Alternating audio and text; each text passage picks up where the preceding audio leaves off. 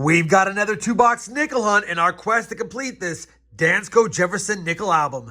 Of course, you know we've been stuck on trying to find the 1950 Denver key date nickel, and with only 27 boxes left, I'm hoping one of these two will be the lucky one.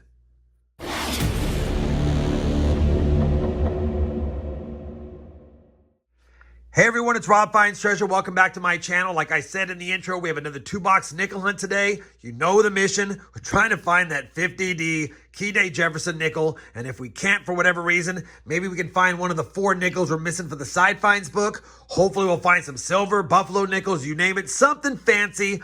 But obviously the mission stays. Now, I'm not going to sit here with a long intro. I do that quite often. I do have the 2 boxes here. I had to pop the top of box number 2 because it was a sealed box. Couldn't see anything, so I had to make sure it was circulated nickels. It is. And from the holes in the bottom of this box, I see that we had circulated nickels as well. Now, I will go ahead and quickly open this live with you guys, see if we have any fancy enders. Didn't see anything fancy on the bottom side, but you never know. All right, you know what? I don't see anything too fancy on the top side. Looks like quite a few modern design Jefferson nickels, but there are a few older looking ones as well, so it could be a decent box.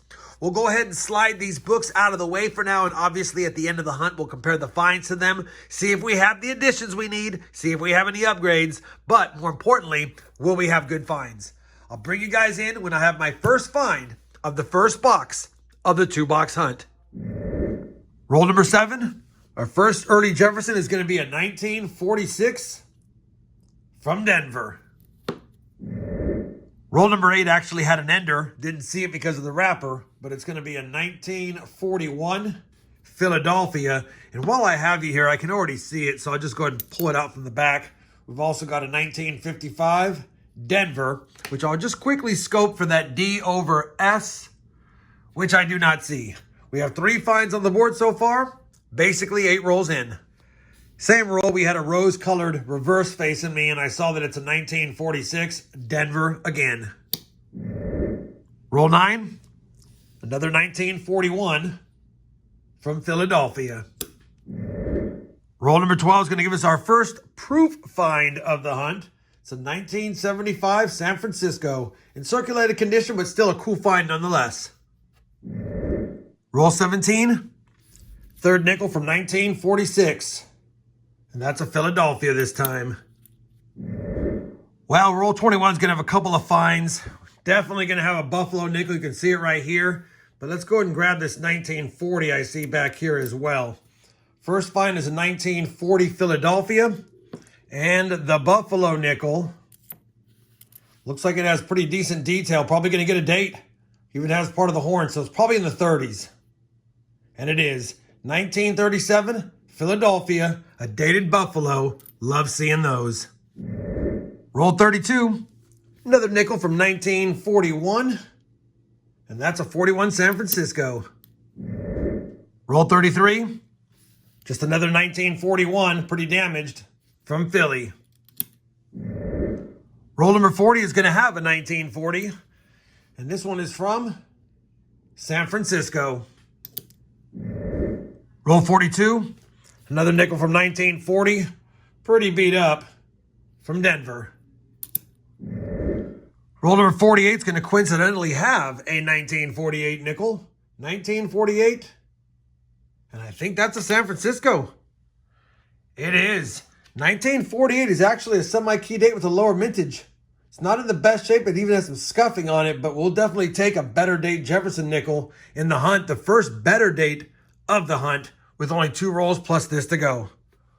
We have finished that first box of nickels, and it did get us to over 20 finds. We have a total of 21 on the board. I'm going to include this 2022 Denver struck through grease mint air, but since most of the obverse has been struck through grease and parts of the reverse, I'll go ahead and keep it. They do fetch a few bucks to some collectors.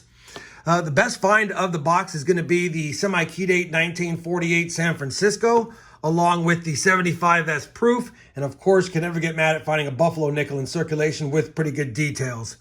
We also managed to find a lower minted 2009 Denver nickel. I've been pulling those aside when I have nicer ones, and that one's decent.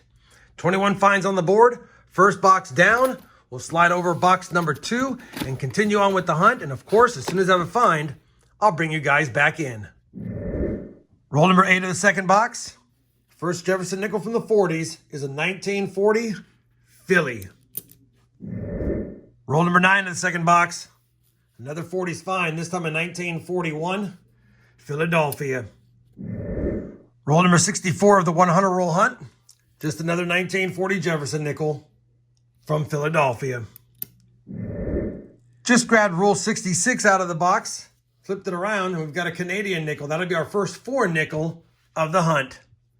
We already saw the date, but that Canadian nickel ender is going to be a 1986.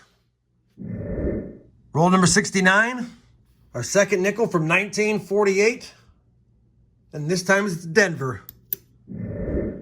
Well, we're on roll number 77 of the hunt. And we either have a series ender or another teaser. 1950. It does look pretty circulated, so it's probably another Philadelphia, but we have to make sure. 1950, Philadelphia. Man, that's 2 1950s in my recent hunt, so definitely nice seeing them. Still not finding the Denver. That is another semi-key date nickel, though, and we'll take it nonetheless. 2 semi-key date nickels found, not the 50D, though.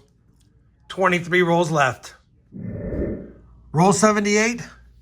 Another early Jefferson found. 1940, Denver. We're on roll number 79, and I haven't found any silver yet, but it looks like we're going to get our first gold of the hunt. Probably a gold-plated nickel. Let's see what it is. Definitely a gold-plated nickel, and this is going to be a 2006. We'll take it. I do hold on to gold-plated coins. Still just a novelty piece, not really worth anything, and there's really not enough gold on these to get off the gold and make any weight. So for those wondering, it's not any extra value in gold whatsoever. Either way, it's still a cool find. We'll add it to the top and get back to the hunt. Roll number 90, 10 rolls left of the box. Just another 1941 nickel from Philly. Just grabbed roll 92 out of the box, and yet another Canadian nickel ender. Let's see what year it is, although we know it's modern. Second Canadian, both of them being enders, is a 2006. Roll number 95, another 1940 Jefferson nickel from Philly. Roll number 97 is going to give us our first Jefferson nickel from 1949. 1949, and that's a San Francisco, I believe. It's damaged, but it is definitely a 1949 San Francisco, which is another semi-key date. We do have 3 semi-key date finds, a 48S, a 49S, and a 1950 in the hunt, but still no silver and no 50D. 3 rolls and a partial left. Well, we finished that 2-box hunt, and unfortunately, yet again, although we got close, still no 1950D. We have a total of 38 finds on the board, 40 if I include the potential upgrades, but I usually don't count those. So 38 total finds, only 17 in box 2. Still a good 2-box hunt despite only having 38 finds and no silver coins. That being said, we did find an 09D, a gold-plated, couple of Canadians, a nice 75S proof, a struck through grease, couple of maybe upgrades. We'll take a peek. We did get that 1937 Buffalo nickel and 3 semi-key dates, a 48S, a 49S, and a 1950 Philadelphia. I don't think we're going to have anything as far as upgrades for the book, but let me just double check. And after I get that done, I'll bring you back in for a look at the books and some final thoughts on today's hunt. Went ahead and compared all of today's finds to both albums. No upgrades, no additions for the Series 3 book. No additions for Series 2, but I did upgrade a pretty nice 1972P and a nice 1973P. So 2 upgrades for that album, and I'll take that because at least we got something. No silver today, no 50D again, even though we had 3 semi-key dates. Kind of a tough hunt, but still a fun hunt overall. Now, after 142 boxes search for Series 2, just missing the 50D. And we're still missing the same 4 nickels for the Series 3 Side Finds album. And surprisingly, it's been a while since we slotted anything in the nickel books, despite some pretty good overall nickel hunts. Hopefully you guys enjoyed this 2-box hunt. I still had a good time hunting through them. It's never a bad day hunting circulated nickel boxes. They've been tough to get lately. If you did, I'd appreciate that thumbs up. And as always, everyone, happy hunting and thanks for watching.